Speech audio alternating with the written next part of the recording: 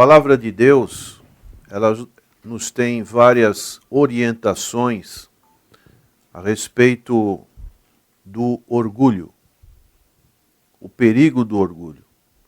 No livro da Epístola de Tiago, capítulo 4, no verso 6, diz: Antes ele dá maior graça, pelo que diz: Deus resiste aos soberbos, mas dá graça aos humildes. O coração do homem é enganoso, e dentro deste engano, uma das consequências do afastamento de Deus foi o orgulho.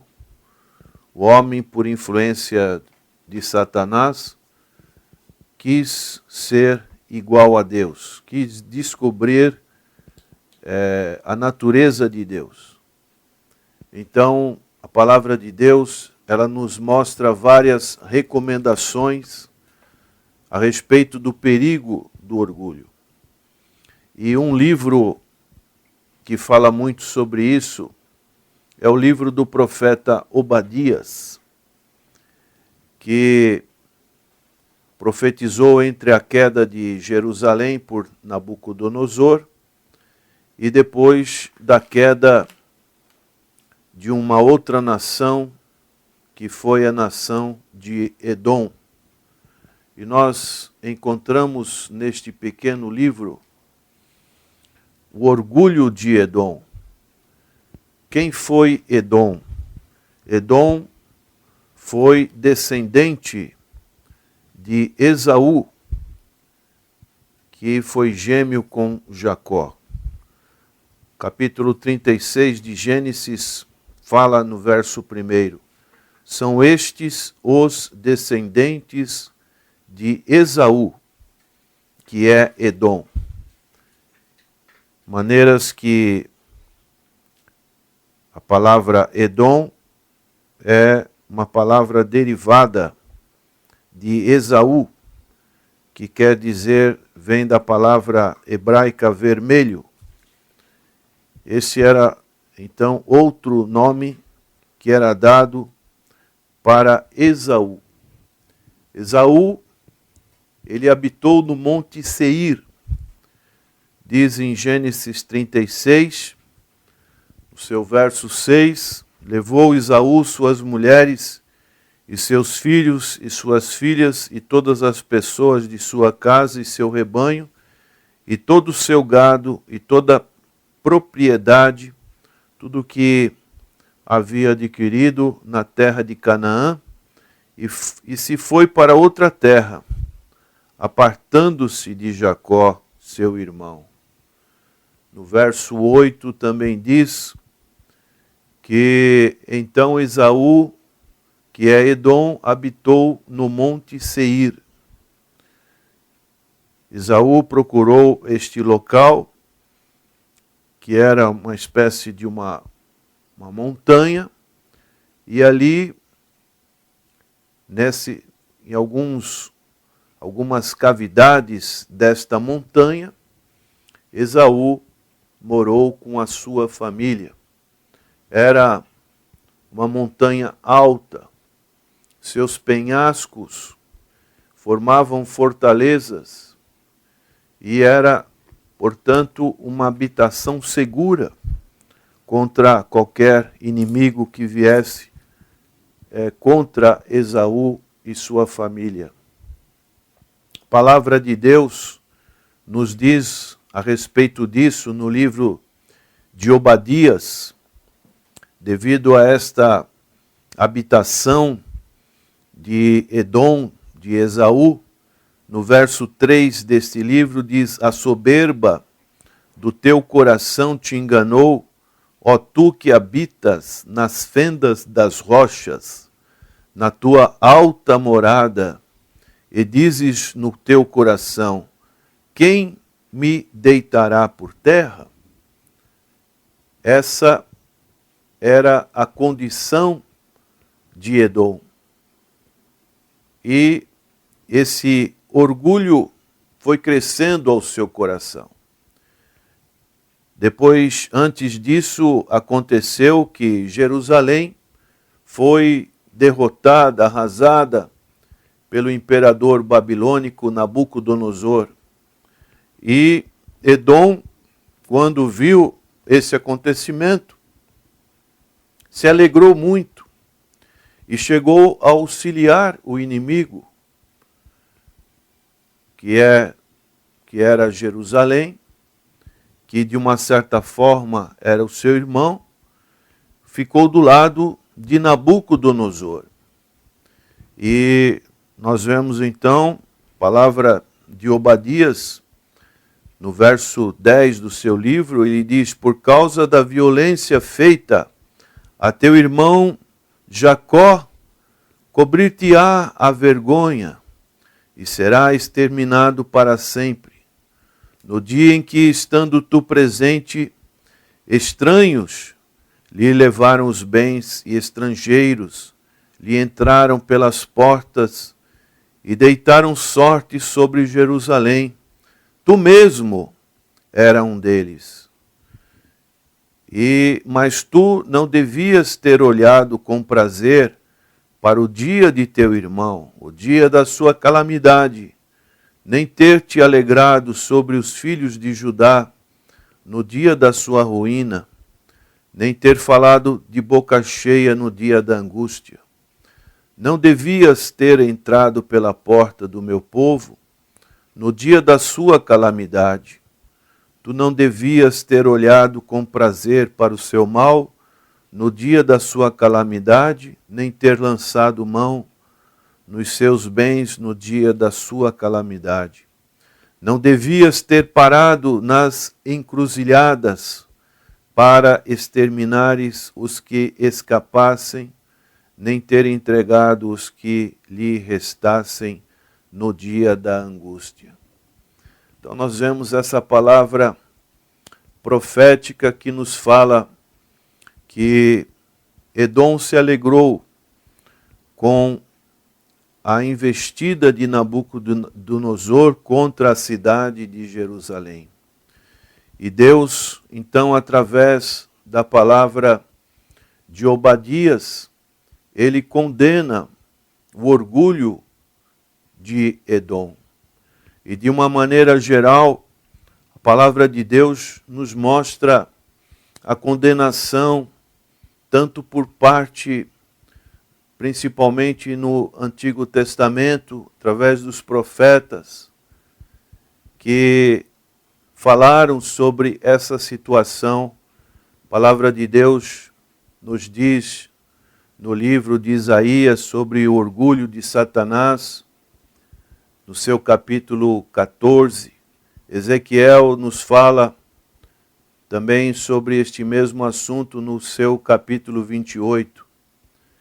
E daí o nosso cuidado que devemos ter a respeito deste perigo, porque o nosso coração, ele, como disse o profeta Jeremias, ele é enganoso. Quem o conhecerá?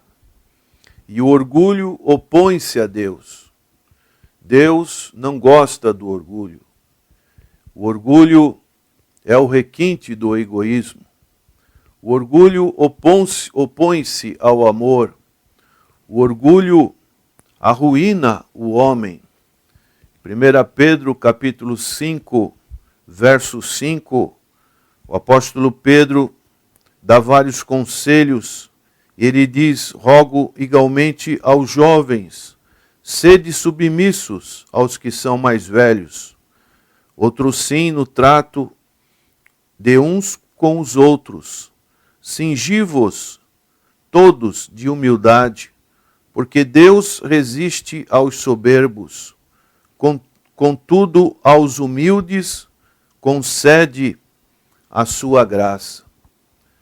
Essas recomendações são muito importantes, porque o orgulho, ele caracteriza a pessoa de Satanás, caracteriza o mundo, caracteriza os falsos doutores. E a palavra de Deus, então, tem várias admoestações, como a de 1 João, capítulo 2, verso 16, porque tudo que há no mundo, a concupiscência da carne, a concupiscência dos olhos e a soberba da vida, não procede do Pai, mas procede do mundo.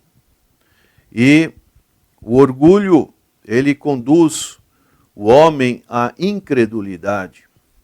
Nós vemos no caso de Tomé, quando Jesus, depois que foi ressuscitado, se apresentou aos discípulos, e Tomé estava ausente, Tomé manifestou a sua incredulidade através do orgulho, dizendo, se eu não ver os cravos, o lado da lança, de maneira nenhuma eu o crerei.